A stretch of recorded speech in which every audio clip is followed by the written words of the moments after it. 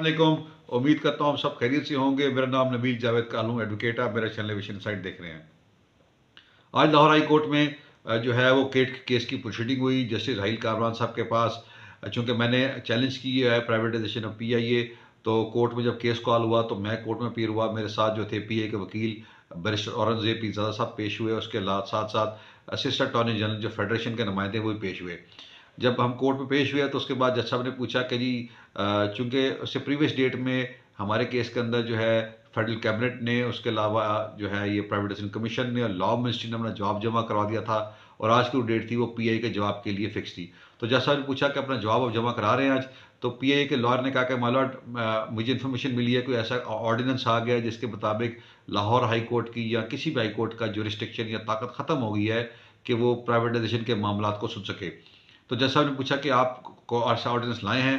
तो वकील साहब का कहना था कि सर मैंने ऑर्डिनेंस, मुझे इन्फॉर्मेशन आई है, मैंने देखा नहीं है ऑर्डिनेंस, ना मेरी नज़र से गुजरा है, लेकिन मुझे बताया गया तो लिहाजा मेरा काम है कोर्ट तक वो बात पहुँचाऊँ। तो जज साहब ने कहा ठीक है, अब जुमे तक की डेट ले लेंगे, परसों की डेट ले लेना, हमें ऑर्डिनेंस कॉपी ला दें। तो वकील साहब ने कहा कि माय लॉर्ड वो जुमे तक तो मुश्किल है, आप मुझे कोई लंबी डेट दें। मैं छुट्टियों, चूँकि छुट्टियाँ लाहौर हाई कोर्ट में हो रही हैं 2 दिन बाद और ये 8 तारीख तक रहेंगी, तो मुझे कहा, उनका जी मुझे छुट्टियों के बाद की डेट था। तो हाई कोर्ट ने 17 जनवरी की डेट दी और लेकिन साथ आखिर में कमेंट किया कि हम देखना चाहते हैं ऐसा ऑर्डिनेंस क्या निगरान हुकूमत जारी कर सकती है, और अगर जारी कर सकती है तो क्या वो हाई कोर्ट के जज की यानी हाई कोर्ट की पावर ले सकती है किसी भी नाजायज़ और जायज़ काम को देखने के लिए। जिस पर मेरा आखिर में कहना था कि माय लॉर्ड मुझे भी मौका दिया जाए अगर ऐसा ऑर्डिनेंस आया है, ताकि मैं उस पर बहस कर सकूं। तो फिर लिहाजा केस जो है 17 जनवरी के लिए 2024 तक के लिए इस पर डेट पड़ गई पीआई के जवाब के लिए और ऑर्डिनेंस की कॉपी प्रोवाइड करने के लिए। अच्छा, मैंने ऑर्डिनेंस की कॉपी देखी है, वो बिल भी देखा है, और चूंकि मैं शॉर्ट बात करूंगा कि देखें कोई कोई नया ऑर्डिनेंस नहीं है, कोई नया कानून नहीं बनाया गया। प्राइवेटाइजेशन कमीशन 2000 एक ऑर्डिनेंस मौजूद है जिसमें प्राइवेटाइजेशन का प्रोसेस लिया डाउन किया गया है, कैसे प्राइवेटाइजेशन की जाएगी, क्या क्या कैसे टेंडर होगा, कैसे प्रॉपर्टीज़ की वैल्यूएशन की जाएगी, कैसे बिडिंग की जाएगी, वो एक ऑर्डिनेंस मौजूद है ऑलरेडी।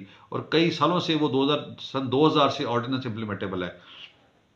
उसमें अमेंडमेंट की गई, उसमें अमेंडमेंट ये की गई है कि सेक्शन 28 जो था जिसमें लिखा था कि अगर कोई शख्स किसी को और प्राइवेटाइजेशन कमीशन के प्रोसेस से, उसके काम से कोई बंदा मुतासर हो रहा है, उसके प्रोसीजर से मुतासर हो रहा है, तो वो हाई कोर्ट से रुजू कर सकता है। अब उन्होंने अमेंडमेंट ये की है कि उन्होंने कह दिया कि नहीं, हाई कोर्ट से रुजू नहीं कर सकता, अब उसके लिए खास ट्रिब्यूनल बनाया जाएगा प्राइवेटाइजेशन का।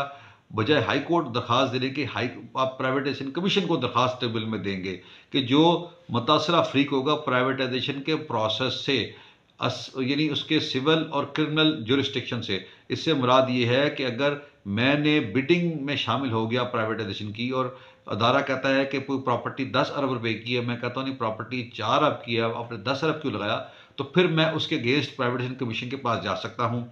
अगर कोई पेमेंट का मामला है तब मैं जा सकता हूँ, तब वो किया जा सकता है। लेकिन चूंकि मेरा केस हाई कोर्ट में बिल्कुल मुख्तलिफ है, मैंने हाई कोर्ट में केस किया हुआ है कि फेडरल गवर्नमेंट का इख्तियार ही नहीं है किसी भी सूरत में without the approval of the parliament, यानी पार्लियामेंट ऑफ पाकिस्तान की मंजूरी के बगैर किसी भी हुकूमत का दारा इख्तियार नहीं है कि पीआईए के शेयर्स को बेच सके या कैंसिल कर सके।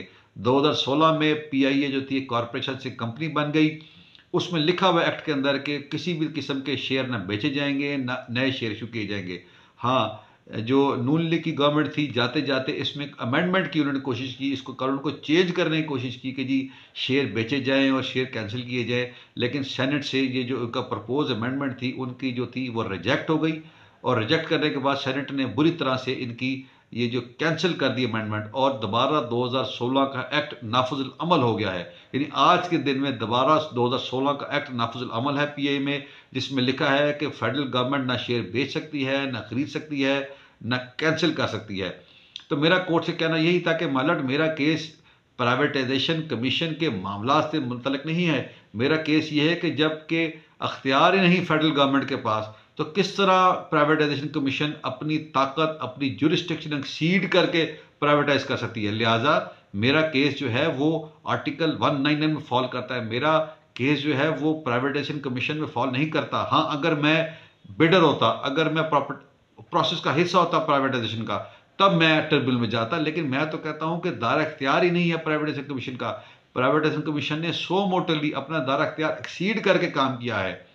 तो लिहाजा हमारा जो केस है, जो केस प्राइवेटाइजेशन का है लाहौर हाई कोर्ट में, उस पर वो ऑर्डिनेंस लागू ही नहीं होता, वो लागू ही नहीं होता। लिहाजा जो मेरे दोस्त इस वीडियो को देख रहे हैं और परेशान थे कि जी ऑर्डिनेंस आ गया अब पीए बिक जाएगा, उनके लिए अच्छी खबर ये है कि ये किसी भी सूरत में हमारे केस के ऊपर लागू ही नहीं होता, क्योंकि हम तो हिस्सा ही नहीं, प्राइवेटाइजेशन का हिस्सा होते तो लागू होते। हम तो कहते हैं कि प्राइवेटाइजेशन कमीशन के पास अख्तियार ही नहीं था कि पीआईए के शेयर्स को छेड़ता, क्योंकि पार्लियामेंट ने अप्रूवल ही नहीं दी। इस वक्त हम दोबारा 2016 एक्ट की पोजीशन पे आ गए हैं, तो लिहाजा इसमें परेशानी की बात नहीं है। अब 17 जनवरी की डेट है, देखते हैं इंशाल्लाह 17 जनवरी को क्या होता है, और अल्लाह ताला खैर करेगा। Thank you so much.